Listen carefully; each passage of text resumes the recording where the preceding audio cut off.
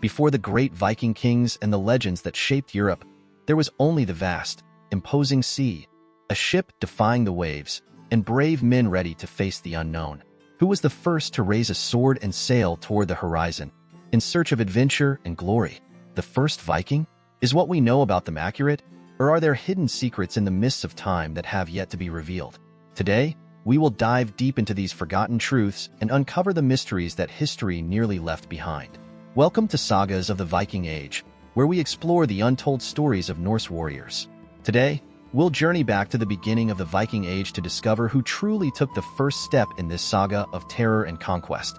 Prepare yourself for an epic journey filled with surprising revelations, where the icy waters of the North hold dark secrets and truths that challenge what we thought we knew. By the end of this video, you will not only know who the first Viking was, but also understand the dark mysteries that sparked a golden age for raiders, traders, and explorers. Believe me, there's much more to this story than you imagine. Let's embark on this incredible journey through time and sea. Have you ever wondered what it truly means to be a Viking? The image many of us hold in our minds, brutal warriors, armed with axes, raiding peaceful villages under the dark northern sky. Does it reflect reality? It's easy to associate the term Viking with a specific group of people, but the truth is far more complex and fascinating. The word Viking originally didn't refer to a people, a nation, or even a tribe. The term described an action, the act of raiding and adventuring across untamed seas. To be a Viking was, essentially, to be a pirate. The word comes from the Old Norse Vikingur, meaning one who goes on an expedition. So, contrary to what many believe, not all Scandinavians were Vikings, only those who set out to raid, explore, and conquer. Intriguing, isn't it? When we say Viking today, we imagine an entire people. However, the term described an activity, not an ethnic group.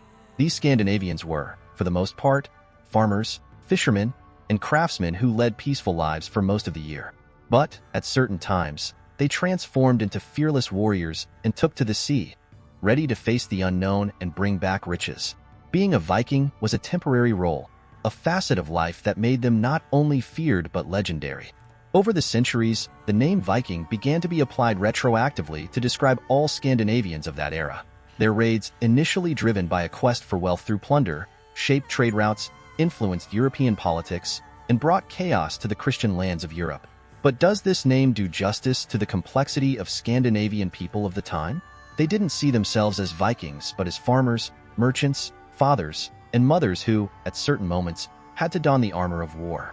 The next time you hear the word Viking, remember, in the past, it held a much more fluid meaning, shaped by the actions of men who alternated between peace and war, trade and raiding. And this duality is what made them so unpredictable and fascinating. When we talk about the beginning of the Viking Age, many think of the year 793, when Norse warriors attacked the monastery of Lindisfarne in England, shocking the Christian world. This event is often cited as the starting point of the Viking Age. But what if I told you that Viking incursions began much earlier?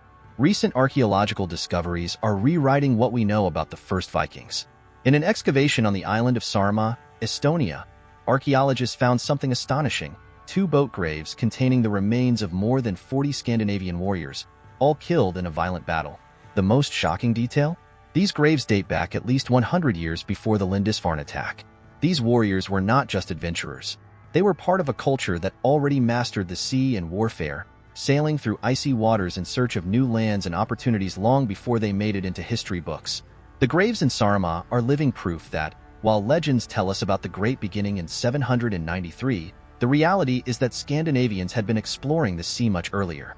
The carefully placed weapons alongside the bodies, along with personal items, suggest that these men were regarded as heroes in their lands. Warriors who, in life, were part of an already experienced organization in raids and expeditions. What sets these early Vikings apart is not only their courage at sea but the organization behind their expeditions. These raids were not mere acts of uncontrolled violence.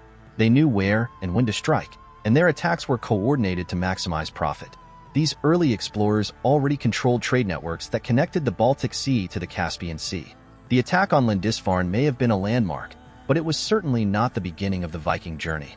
The Vikings were not just ruthless pirates, they were also extraordinarily skilled traders. Behind each raid lay a vast trade network connecting the Baltic Sea, Russia, and even the Middle East. This is where the true complexity of Viking society begins to emerge. The same men who plundered monasteries returned to markets to trade with their neighbors. Imagine the contrast. In a peaceful village, these men traded furs for precious metals with diplomacy and respect. In another, where resistance was weak, they transformed into ruthless raiders, leaving villages ablaze in their wake.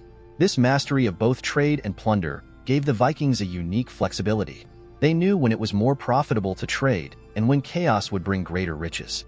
In the markets of Kiev, for instance, they exchanged Arctic furs and ivory for silk and gold, negotiating with diplomacy, while elsewhere the clash of swords still echoed in their memories.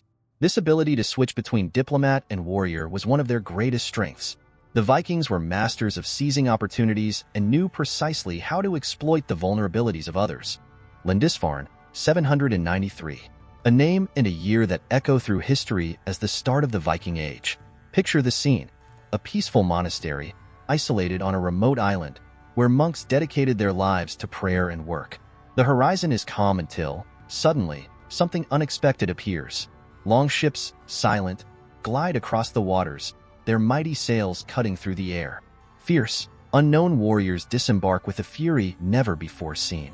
These warriors, axes in hand and with battle cries, attacked mercilessly. The monks, who had never witnessed such brutality, were caught completely off guard. Lindisfarne was devastated.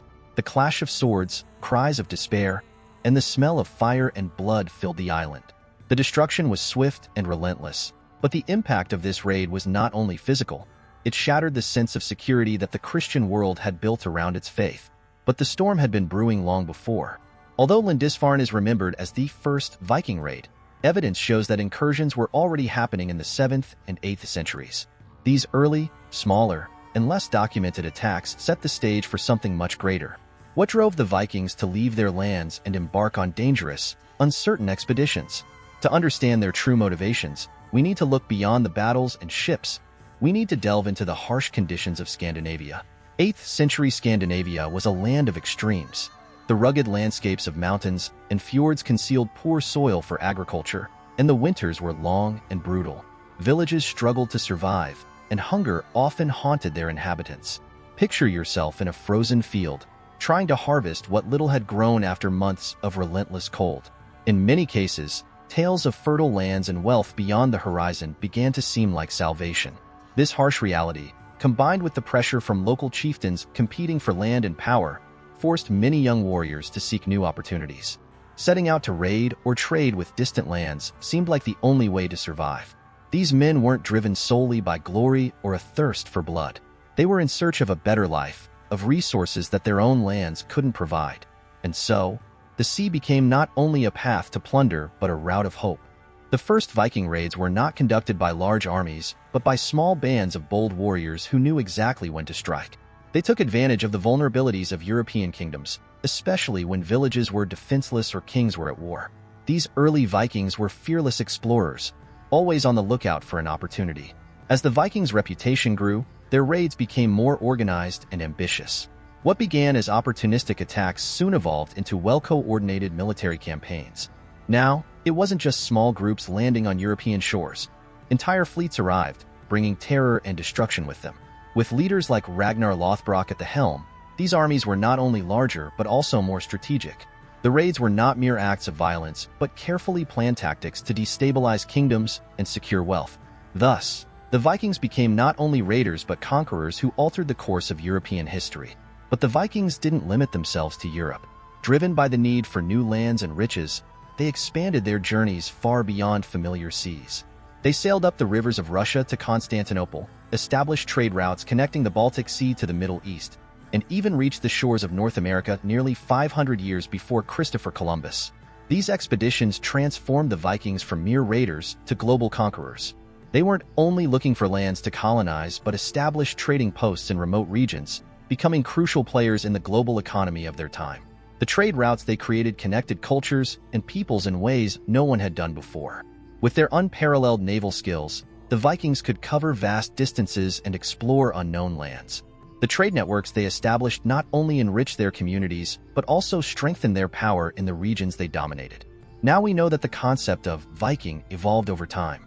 The term, which originally referred to a group of raiding warriors, came to represent an entire culture.